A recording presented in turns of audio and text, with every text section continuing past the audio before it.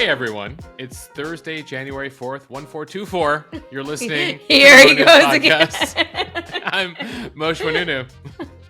And I'm Jill Wagner. This is the place where we bring you just the facts and the dates numerically, it appears. Apparently in the new year, that's where I'm going.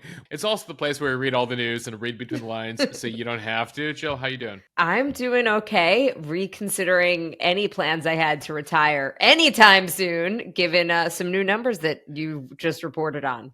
Yeah, there's a study that came out in the last few days about how far $1 million in retirement takes you. This analysis, getting some circulation, they did 50-state breakdown, where $1 million will get you the longest retirement or the shortest retirement.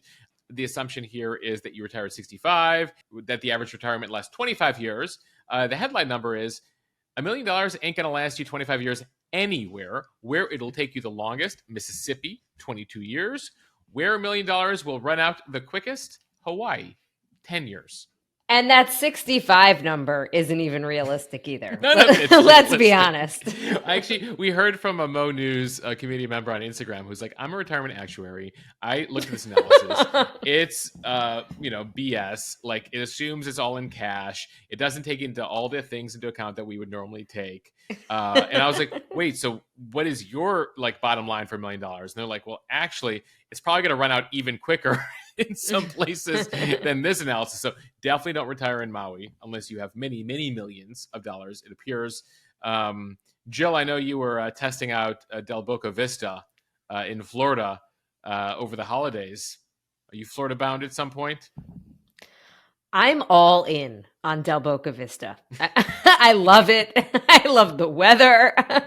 I just don't know if I can convince the rest of the clan to go down there. And I'm such a family person. I live so close to my parents, my in-laws, my brother, so to me, it's very important to be around family. And at this point, that means we are stuck on Long Island.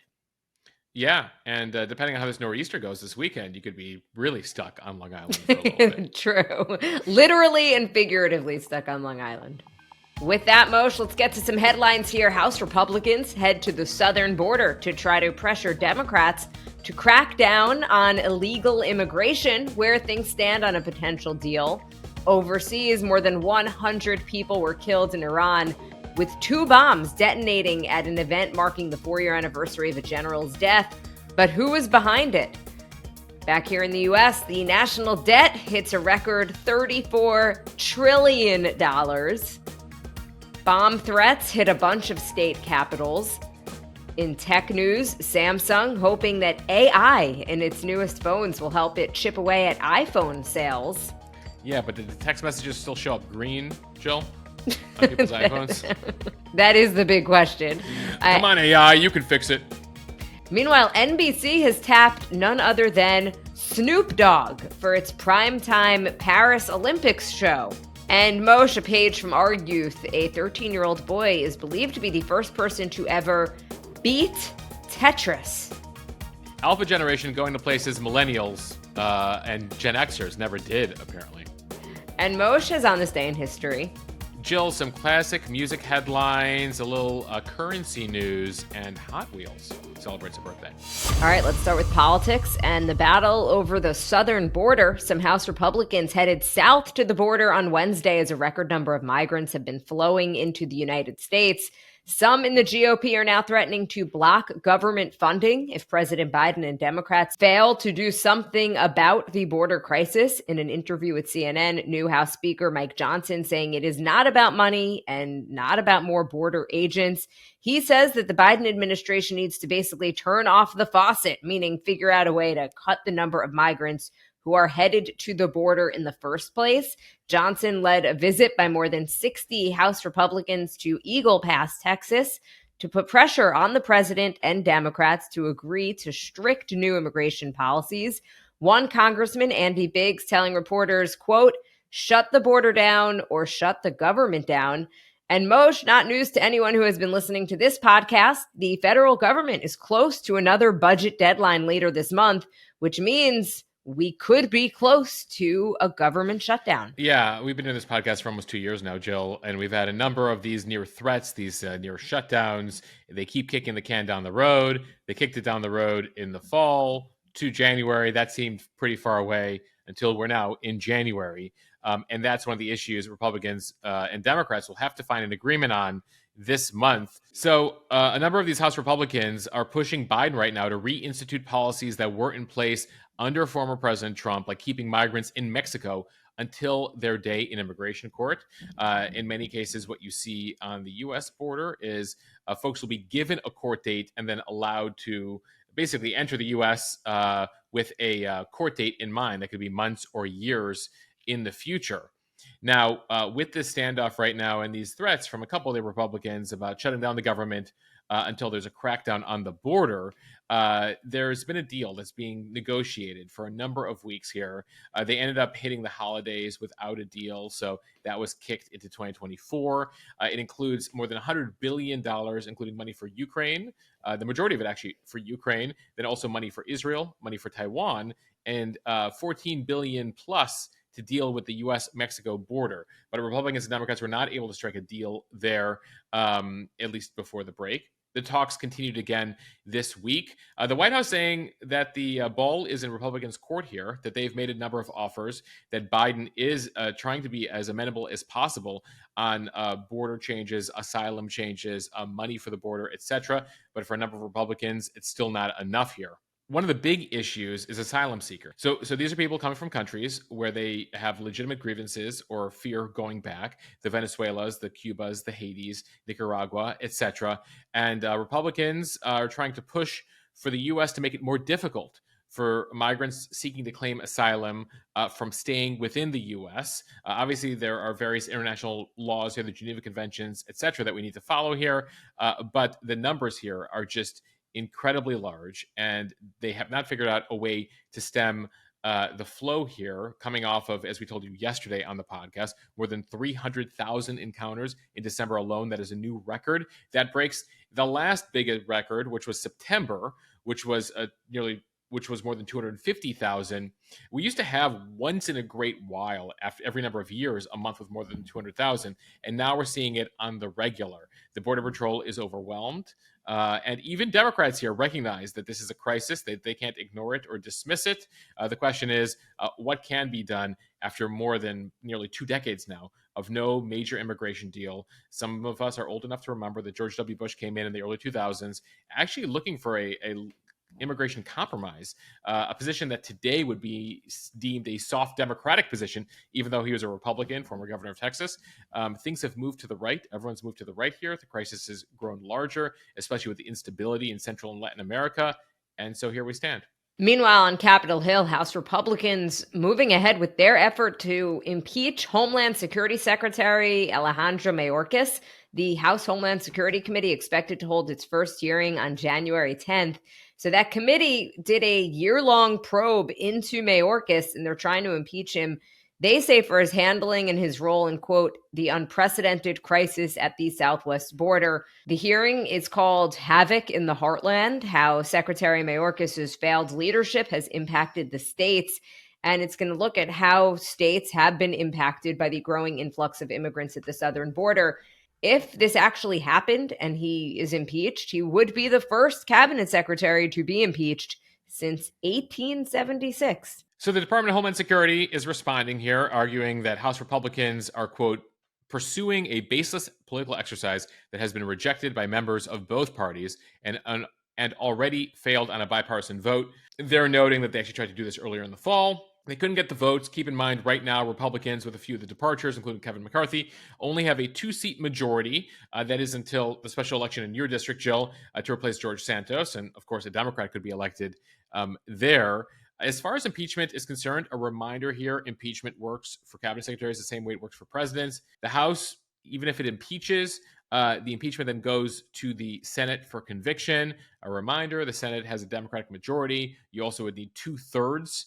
So you need a third of Democrats in the Senate to agree with Republicans to remove a Democratic president's Secretary of Homeland Security. So Conviction ain't happening here, but Republicans have a long list of folks they would like to impeach in the House. That includes Mayorkas. It also includes Joe Biden, among other folks. But the immigration issue continues to be significant.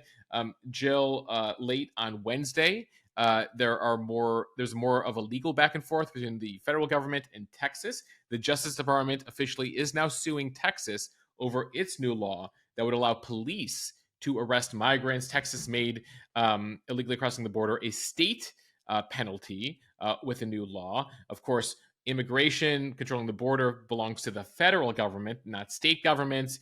So you can see, this going up to the Supreme Court. In all likelihood, the president right now stands with the federal government. We will see, though, how the various courts going up the chain here will rule. But Texas is saying, listen, you guys aren't doing enough. We need to intervene here, and we got to pass our own laws. Texas has, by the way, sent nearly 100,000 of the migrants that have come into the state northbound, and so that's led to fights with the mayor of Chicago, the mayor of New York, the mayor of D.C., because Texas is all like, you guys are sanctuary cities. You want to, help these people. We're overwhelmed. And these cities are like, no, no, no, no, no. You're overwhelming us now.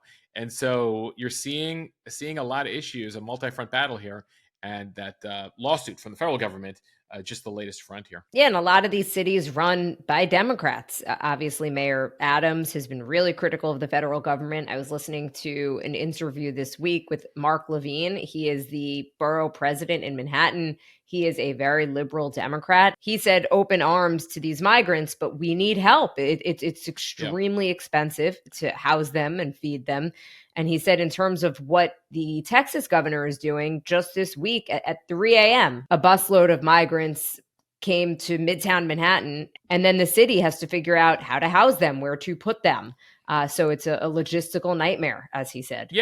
Yeah, you have Democrats saying, there's no coordination here. This is totally unfair. And the governor of Texas says, welcome to our world. This is what we're dealing with on our border. We don't tell folks when to cross the border, and then we have to find them housing. So, while this has been called a stunt, what Texas is doing, etc., some would say, conservatives would say, a successful stunt, because now they feel like, well, see what we're dealing with? Do you guys understand this now? Welcome to the party. So to speak. So, clearly here you're starting to, if we did a blind test for folks where you put a quote about the immigration crisis and then didn't put the name and said, is this a quote from a Republican or Democrat? You would be surprised, or maybe not surprised anymore. Be like, oh my God, that was a Democrat who said that? That's a Democrat who said that? Because you're seeing these big city mayors start to talk like the border state Republican governors and senators. One quick anecdote about how this is actually playing out on the ground. One of my good friends is a teacher in the New York City public school system, and she has a lot of kids in her class, including a new migrant, somebody who just arrived here in the United States who does not speak English. And my friend does not speak Spanish, at least fluently, to be able to communicate with her. So I said, how does it work? What do you do? How do you even handle it? And she said, I basically just do Google Translate, in the middle of class. And she said it's really time consuming. So that's how much less time is she able to spend than with the other students. So she's like, look, I figure it out. I do it. I make it work because I've been doing this for a while. It's just an example of how this is playing out in a very real way and having very real impacts in cities across the country. Yeah. And what we're seeing here are the, ramifications of, a number of failed states or failing states south of the border. And so people are coming here for a better life. They hear through the grapevine that they can get through. They're either paying someone to help them get through, or they're just showing up at the border saying, I'd like to claim asylum. It's too dangerous to live where I'm living. And then, the U.S. government is trying to figure out its policy here on the fly as they're dealing with a crisis that we have not seen, at least in modern history, on the U.S. southern border. So this is a story we'll continue to monitor closely here, and we have more in today's newsletter. All right, let's head overseas. In the Middle East, renewed concerns about a larger regional war in Iran. More than 100 people were killed and more than 100 injured Wednesday in two blasts that struck the central Iranian city of Kerman. It happened as thousands were gathering to commemorate the death of General Qasem Soleimani. Wednesday marked the 4th anniversary of his assassination. by a U.S. drone strike back in 2020. Iranian officials had called the deadly blast at the ceremony yesterday, quote, a terrorist attack. The explosions occurred about a half a mile from Soleimani's burial place on a road to the graveyard and about 20 minutes apart. So the first bomb was said to be in a suitcase and detonated remotely. The second went off a bit later, meant to injure people who were going to help the victims of the first. So the big question right now, as we're watching a whole tense situation across the region, is who could be behind it. The supreme leader, the Ayatollah, said those behind the attacks should know that this tragedy will have a tough response. The Iranian president vowing to pursue and identify the planners and perpetrators of this terrorist act. Though they did not blame a specific group or country, Soleimani's successor, the general who succeeded him, did say that they won't let this deter them from uprooting the Zionist regime. They don't use the word Israel; they call it the Zionist regime. He was the first to try to lay blame on this. Though we should note, based on the modus operandi here, the MO of the attack, this is much more likely an internal group in Iran. The U.S. And Israel typically are very targeted in hitting generals or nuclear scientists related to the nuclear program there in Iran, and not these types of civilian targeted explosions. The more likely culprit here, groups like ISIS, which is a Sunni group. A reminder, Iran is Shiite. You also have a lot of anti-government groups. There's been a number of Kurdish groups through the years that have been fighting the Iranian government. Here, they're trying to make clear that the Iranian government doesn't have full control over the government, and so they couldn't get to the leaders, but they were able to target civilians here. So while the headlines struck a number of us who woke up on Wednesday morning being like, oh God, things are getting bigger or worse. Again, even the Iranians, despite what you might see publicly, will, know the truth here based on the MO. Clearly something internal. Iran has faced these types of attacks in the past. Recently in 2017, there was an attack in Tehran by an ISIS group targeting the parliament building there. They killed more than a dozen folks. So these types of attacks targeting, mass population in Iran, again, the work of these smaller groups, but with things very tense and a lot of finger pointing happening, this is where you start to get concerned that regardless of who might be the culprit of a specific attack, when things are tense, things might escalate with unrelated groups. Meanwhile, we're tracking the fallout in Lebanon. That is where the Israelis have effectively taken responsibility for the assassination of the deputy political leader of Hamas, Salah al-Aruri. In a televised speech in Beirut, Hezbollah leader Hassan Nasrallah vowed that his powerful Iran-backed Shiite terror group, quote, cannot be silent. In the wake of Aruri's killing, which he called a major dangerous crime, however, he made no concrete threats of action against Israel. Yeah, so sort of a wah-wah from Nasrallah. Hamas for a while now has been hoping that Hezbollah and Iran would really back them up in the war in Gaza. They'll send a few rockets and mortars across the border, not insignificant, but certainly not as significant as they're capable of. And this assassination, at least it looks right now like Hezbollah will sort of sit on his hands here and do something small, but nothing significant. And Jill, we made a point of saying the Israelis have effectively taken responsibility, because you continue to see the Israelis here kind of dance around, not with an official statement saying it was us, but sort of wink, wink, it was us taking out this top Hamas guy. It kind of reminds me of the O.J. Simpson book, like If I Did It. That's Yes. was what you had was Netanyahu's deputy basically being like, I don't know who did it, but whoever did, they were just targeting Hamas. They were not targeting Hezbollah. Yeah, no, and for those unfamiliar, OJ, after he was found not guilty of the murder of his ex-wife, Nicole Brown Simpson, and Ron Goldman, years later, got paid a whole bunch of money to write a book. What would it have been like if he committed the crime? And people are like, I can't believe he's doing this, given how most people feel about who's to blame there, and OJ's guilt. And sort of the Israelis here is, if we did it, this is why we would have done it, and this is who we would have targeted. Jill, notably, as we talk about these groups, Hamas and Hezbollah operating in Lebanon, we got a few questions over on the Instagram account. why does Lebanon let these groups operate within its orbit? Is that like a militia group operating in the US? And you got to think about the different context here. Yes, it would be like if the Republican Party and Democratic Party each had their own militias and would independently launch rockets on Canada or Mexico with their own disputes. Lebanon is a very complicated country as it was created about 100 years ago. You basically took three minority groups and put them together. You had the Sunni Muslims, the Shiites, and the Maronite Christians. And they literally built a government where one of each of those religions would hold a key role: president, prime minister, and head of parliament.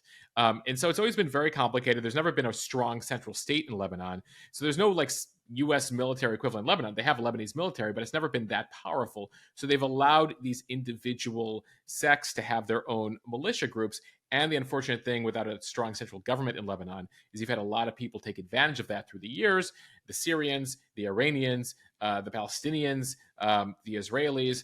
And so the unfortunate thing for Lebanon, a beautiful country that was once called the Paris of the Middle East, they've now experienced more than 4 decades of civil war due to all of these groups.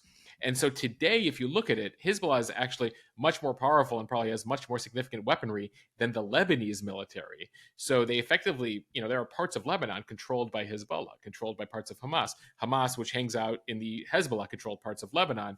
And so it's a very complicated situation. But at this point in history, Lebanon, the Lebanese central government, which is sort of collapsed, a lot of infighting, a lot of problems there. There's not much they can do about the fact that all these other groups operate within the country. Okay, time now for the speed read from the Washington Post. The U.S. national debt has surpassed $34 trillion for the first time. That is according to the Treasury Department. And it comes as persistently large annual budget deficits continue to add to that federal tab. Roughly 3 months after the debt first hit $33 trillion. The new milestone comes as lawmakers brace for fiscal showdowns over spending levels in the coming weeks. Government borrowing costs have increased because of the Federal Reserve's campaign to raise interest rates. Spending has remained above pre-COVID levels, and tax revenue dropped last year, all worsening the nation's fiscal outlook. When it comes to that lower tax revenue, President Biden has blamed Republican tax cuts for adding trillions to the deficit. Meanwhile, congressional Republicans blame spending measures passed under Biden and other Democrats. The bottom line, less money is coming into the federal government while more money is going out. That's the bottom line when it comes to debt. You don't have enough to pay for it, and you keep borrowing. The interest rate hikes, Jill, by the way, significant because as the government takes out more debt, the government will have to pay more interest. And that's something that worries some economists. Jill, looking back here, we posted a chart over on the Instagram account. We passed $1 trillion in debt back in the early Reagan years, back in the early 80s. And for about 20 years there, it went between $1 trillion up to about $4 trillion. After 9/11, things really escalate. The past 20 years, we went from about $4 trillion to, as you know today, $34 trillion. So about $30 trillion in just over 20 years. And you got the war spending, 9/11, the 2008 recession, the Bush tax cuts, the Trump tax cuts, followed by COVID, which has put together that 30 trillion. So the debt went up about 6 trillion during Bush, 8 trillion during Obama, 8 trillion during just the 4 years of Trump, and now about 6 trillion during the first 3 years of Biden here. Significant, especially as some economists say, if this is our problem in good times, if this is our debt in good times, like what happens when the bad times come in, and how far in the hole will we get ourselves? So you have economists who argue that this is a threat to our overall fiscal health. You have others who say the government continues to have a lot of capacity to borrow. The U.S. economy is strong. Keep in mind that the federal government brings in between 6 and 7 trillion annually in tax revenue and other receipts, and we're 34 trillion in debt. So conceivably, if the U.S. had to pay off its debt, it could do so over a few years here. Keep in mind, think about it on the individual level. You have student loans, you have car loans, you might have a mortgage. Look at your annual income and then look at your debts, right? It could be 5 to 20 times. You could have 5 to 20 times the debt of your annual income, but you're good for it, right? You're going to pay that back. The government here, if you just do some rough math, is 6 times in debt compared to what it brings in. Now, to the debate you're getting at, Democrats say we got to give more money to the IRS. They got to crack down on all the tax fraud out there. And these permanent Trump tax cuts, these permanent Bush tax cuts, for the rich. We got to reverse them. And by bringing in more money, we can pay down the debt. The Republicans are like, no, no, no, no, no. Keep the tax cuts, but let's spend less. The problem when it comes to spending, where are you going to spend less? Nobody wants to touch the military. That's bad politics. Social Security, Medicare, can't touch those. So of the 6 or 7 or 8 trillion we're spending every year, nearly half of it you can't touch. Probably almost 2/3 of it at this point. So where are you going to cut? You're going to cut from education? You're going to cut from the border? No, they want to spend more on the border, etc. So you look around and you find it's difficult to find places to cut, which is the Democratic argument. So, let's see where this stands. For the most part, the markets were like, we're okay. We think the American economy is okay. We're not that worried about this debt figure yet.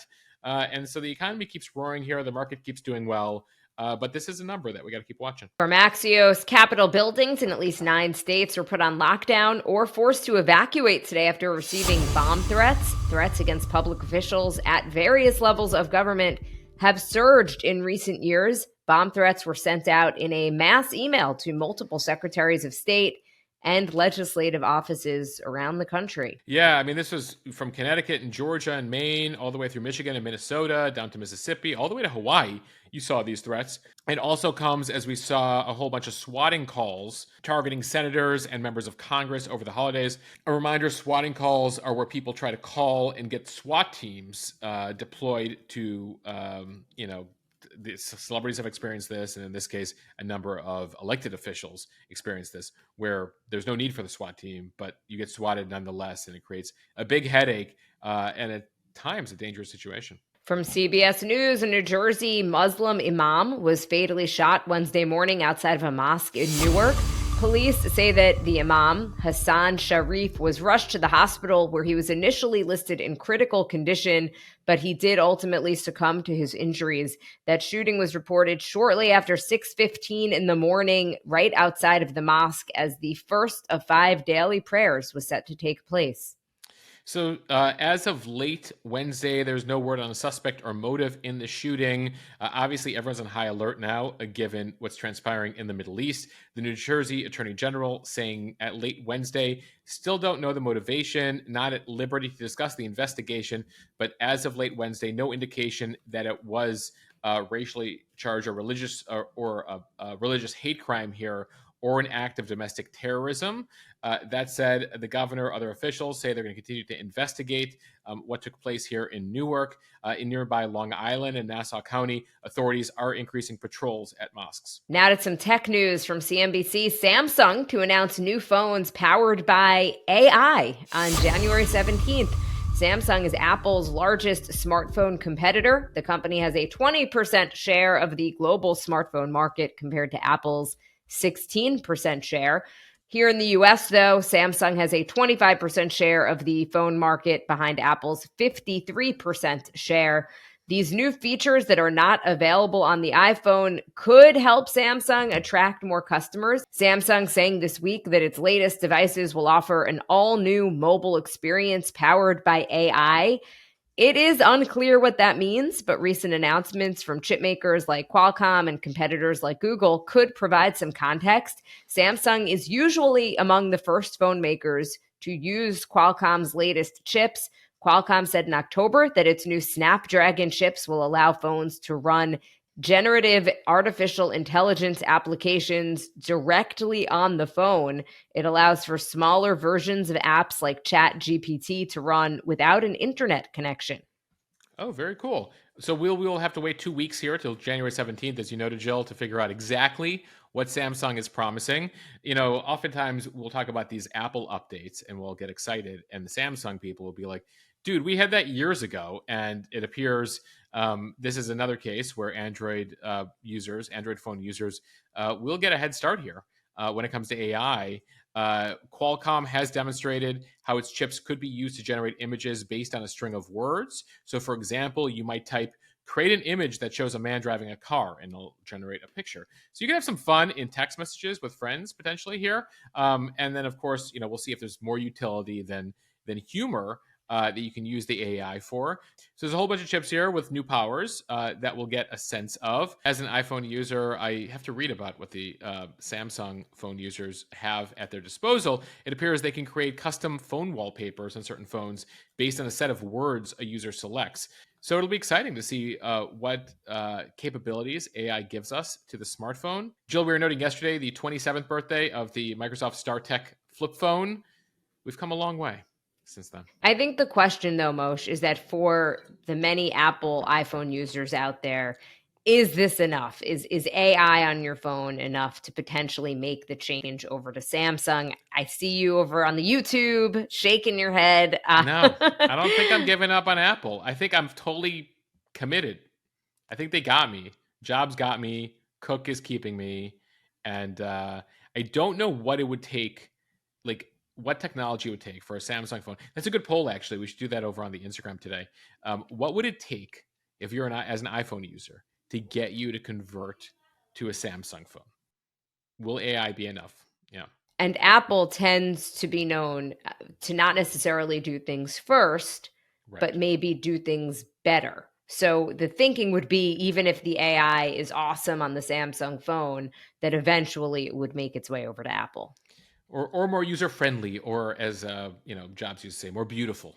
A more beautiful experience. All right, from Variety, NBC taps Snoop Dogg for its primetime Paris Olympics show. Rapper and actor Snoop Dogg will be on hand during the event to provide regular reports for NBC's primetime Olympics program starting on July 26th on both the broadcast network and the Peacock streaming hub. Snoop Dogg will be offering his unique take on what's happening at the athletic extravaganza, and he'll also be seen exploring landmarks. In a statement, so you'll have Snoop on the Seine, basically walking around the Louvre. I'm just picturing right here, Snoop what in the this Mona means. Lisa. Yeah, Snoop at the Eiffel. I like it. I'm into it. In a statement, he said, quote, "I grew up watching the Olympics and I am thrilled to see the incredible athletes bring their A game to Paris. We're going to have some amazing competitions. And of course, I will be bringing that Snoop style to the mix. It is going to be the most epic Olympics ever. So stay tuned and keep it locked." Snoop Dogg might not seem like the most immediate fit with traditional sports programming, but NBC is testing new ideas for its primetime coverage. Listen, they got to find a way to keep people tuned in primetime, because as hard as NBC has tried in recent Olympic Games with the internet, you can't, hold the results anymore. And they tried that, a number of years. And they've tried that for a number of years and now realize, like, we just got to stream stuff live. People in 2024, well, news to NBC, people in 2014 were demanding this too, want to watch stuff live, even if you want to hold them till prime time. So they got to come up with ploys to get you to still tune in at night and watch those highlights. So this is not the first time we've seen Snoop Dogg. This is a much more prominent role for him. Back in 2021 at the Tokyo Games, he teamed up with Kevin Hart to provide commentary over on Peacock. Moshe, it's definitely more fun than kind of just like your typical play-by-play. Equestrian? Well, especially for equestrian coverage. Like, he's just approaching it as a real person, being like, wait, how do the horses dance like this? And then, of course, like, he's going side to side. Yeah, and then, of course, calling it crip walking. So Snoop having some fun. You might remember beyond Snoop, they brought Leslie Jones from SNL onto coverage during the Rio Games, because her social media coverage has always been a lot of fun to watch during the games. So NBC's promoting these Paris Olympics. They're happening again this summer, and they're going to try to figure out a way to get you to watch at night. So you also watch those commercials on live TV, which they're going to sell $1 billion worth of. Moshe, I was working for NBC back in 2004 when they had the Athens Games, and it is a huge deal. I feel like we were planning for coverage for months, and they just and Years. The company spends a ton of money to get the rights to the games. They hope that the time zone lines up somewhat so that people are going to be able to watch in real time and prime time. And this is one thing people perhaps will be watching live when we know that so many people don't do that anymore.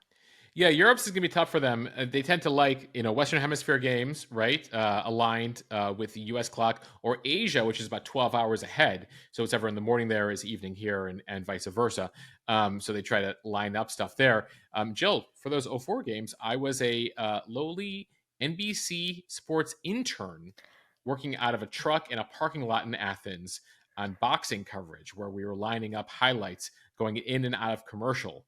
A lot of fun also being at those games if you can ever experience it. Well, Moshe, if you had ever called the NBC foreign desk, it is possible that we spoke. Jill, I was too low to even have rights to call before. Like, they're just like, what time code do you need? I was like, at 1:22, there was a good uppercut. Thank you, kid. The question is, though, which shift were you on? Were you on like an overnight shift, or were you potentially on some sort of day shift? I didn't know to ask that there were shifts, Jill. I work 20 hours a day. All right. And finally, from the New York Times, a 13-year-old in Oklahoma is believed to be the first person to ever beat Tetris since that game's release more than 3 decades ago.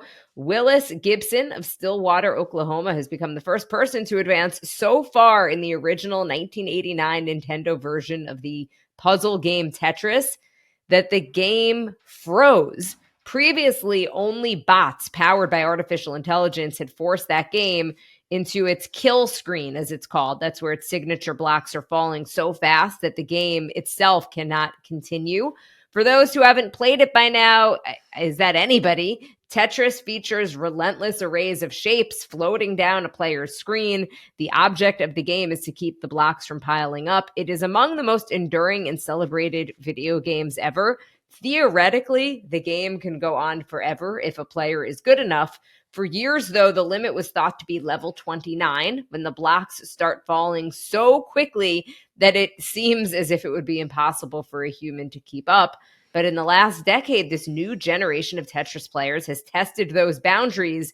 Willis got to level 157, reaching Tetris's kill screen, which is the point where a video game becomes unplayable because of limitations in its coding. Yeah, so apparently he did this in about 38 minutes. Fun video online of Willis just like in shock of himself. Being like, oh my God, I can't believe I did this. Jill, he's only 13. The story says he's been playing competitively since 2021. So since he was about 9 or 10, when he was in the 4th grade. He's now in junior high. His Tetris journey started when he said he came across YouTube videos of the game. He began gathering the equipment necessary because this is the OG version, so he needed the original Nintendo. So he needed the original Nintendo, the original game. He's also playing on a tube television. He says he was attracted to the game because of its simplicity. It's easier to start off. It's really hard to master it, he admits. So he says he plays about 20 hours of Tetris a week. His math teacher was asked about this by a reporter. She says she accepts it because he does other stuff and is a really talented kid. Her name is Ms. Cox. So go Ms. Cox for letting Willis figure this out, beat Tetris. Now, of course, Tetris is available on more modern gaming equipment, but he doesn't say he wants PlayStation 5 or any of the new consoles. He likes the older games. So go Willis, going retro, and pretty impressive. Apparently, there's a Classic Tetris World Championship. That's his next goal. He wants to win there. He plays 3rd in October. There's going to be another tournament in Waco, Texas coming up. If you're a Tetris fan, head down to Waco. Go check out the Dr. Pepper factory while you're there, too. That's one of my favorite things to do in Waco, Texas. And he's made about $3,000 off of his Tetris prowess. And, of course, his name now printed globally. I love that he had to go and find the equipment. It was that old. I think we have one in our garage somewhere, Willis, if you need a backup Nintendo console. In my parents' garage, I should say. All right, now staying with the retro vibe here, Jill, we go to On This Day in History. On this day in 1936, the first pop music chart based on national record sales was published by Billboard magazine, the Billboard charts, turning 88 years old today. On this day in political history, in 1965, President Lyndon Johnson delivered the State of the Union address where he outlined his goals for what he called his Great Society. This would include legislation that would end up passing Medicare, Medicaid, Head Start, the Voting Rights Act, the Civil Rights Act, the creation of the Department of Housing and Urban Development, the National Endowment for the Arts, the National Endowment for the Humanities. Pretty remarkable. I think we've talked about this on the pod before. What LBJ was able to accomplish as president. Of course, he had come from Congress, knew how to get things done there. Really remarkable string of things he was able to do in the mid 60s. Of course, all of it overshadowed by the escalating war in Vietnam, which actually forced him to decide in early 68 that he would not be running for re-election as president. He could have had 4 more years. Totally unrelated. He is the president who used to like leave the door open while he was in the bathroom, right? For meetings and stuff. LBJ was quite the character, Jill. Not only did he leave the door open, he would demand that his aides would enter the bathroom with him, including the toilet stall. He demanded that phones were installed in all the toilet stalls because if he wanted to get a hold of somebody and was told that they were in the bathroom, that upset him. So he demanded, this is obviously the pre-cell phone era, that phones would be installed. Jill, there's more stuff we could talk about, including the fact that he would sometimes drop his pants in meetings. This is LBJ here. What? For the United States. Jill, we actually have a deep dive on him, so to speak, over on the Mo News Premium account. Do you want to know more about LBJ? Or do you? Over on Mo News Premium Instagram. Go join over at mo.news/premium. Clearly, yours truly has a little bit of potty humor. Jill, you go to these characters in history and you're like, oh my God, they created he passed the Civil Rights Act, but he also demanded people would enter the toilet stall with him. Lyndon Johnson, everybody. All right, a couple more items here. On this day in 1968, Hot Wheels were introduced, the little cars. They were the brainchild of a guy named Elliot Handler, the co-founder of Mattel. He was eager to create these toy cars like the ones he saw on the highway. There was an initial run, included Camaros, Corvettes, and Firebirds. If you have that initial run of Hot Wheels, I imagine you could probably get pretty good money for them these days. A little currency news for you. On this day in 99 was the first day the euro, Europe's new currency, was traded for the first time. Very hard to get European countries together. Of course, many countries are part of the euro. It was initially thought that they could actually take down the dollar as the biggest currency in the world. Of course, they did not do that. They've had some crises over the years, but the euro on this day in 1999. On this day in 2010, the Burj Khalifa, the world's tallest building, still is, 14 years later, opened in Dubai. Jill, it stands at just under 2,800 feet, 828 meters. My favorite fact about the tallest building in the world, for about 3,800 years of human history, the Great Pyramid of Egypt was the tallest building in the world. It stood for nearly 4,000 years, and that was until the 1300s, until a cathedral was built in England, and then everything goes berserk in the 20th century as skyscrapers are created. And now they're basically just doing it based on spire. Like they're just putting like, we're going to raise that spire by 1 foot, and now we have the tallest building. Yeah, that's actually like pretty controversial. The antennas and spires at the top of buildings, because some people are like, well, no, we have the tallest habitable floor of a building. People are like, we just stuck a bunch of stuff up on top of the building and now we have the taller building. Fun fact about Burj Khalifa, folks, in Dubai. It was initially supposed to be called Burj Dubai. Why did it get the name Burj Khalifa? Well, Dubai was experiencing a debt crisis and had run out of money. And the cousin of the Sheikh of Dubai, over in nearby an hour away, Abu Dhabi, another emirate, needed to bail him out. Well, the theory is that cousin Khalifa over in Abu Dhabi said, I bail you out, you put my name on the building. So Burj Dubai was what we thought was going to be Burj Dubai. I remember covering this for Bloomberg TV. They're like, it's called Burj Khalifa. We're like, where did that happen? Well, something happened behind the scenes there. So just FYI, if you have to bail out your friend/family member with tens of billions of dollars, demand something for it, like your name on the top of the tallest building. All right, a little music history before we go here. The Doors, the classic band, released their debut studio album on this day in 1967. You might know Break On Through to the Other Side among the hits on that album, with a young 23-year-old Jim Morrison. Sadly, we would lose Jim Morrison just 4 years later. And one other classic musical headline for you, 41 years ago today, the Eurythmics released their second album, Sweet Dreams Are Made of This, with that hit song. And up until this moment, I thought it was Sweet Dreams Are Made of These. I guess I was mishearing it. Jill, I got to be honest with you. I thought so too, because then the next line is, I traveled the world in the 7 seas. Correct. It all rhymes. You would think these rhymes with C's, and yet it's this. So I learned, you learn so much on this podcast every day. And this is really important. So you can correct someone at the dinner table tonight. All right, and now a sweet goodbye. We want to thank you for listening to the Mo News podcast. If you like what you hear, share this with your friends. It will help us grow. Follow us and subscribe so you don't miss an episode, and review us in the App Store. Who am I to disagree? There you go, Jill. Thanks for listening, everybody. We'll see you back here tomorrow.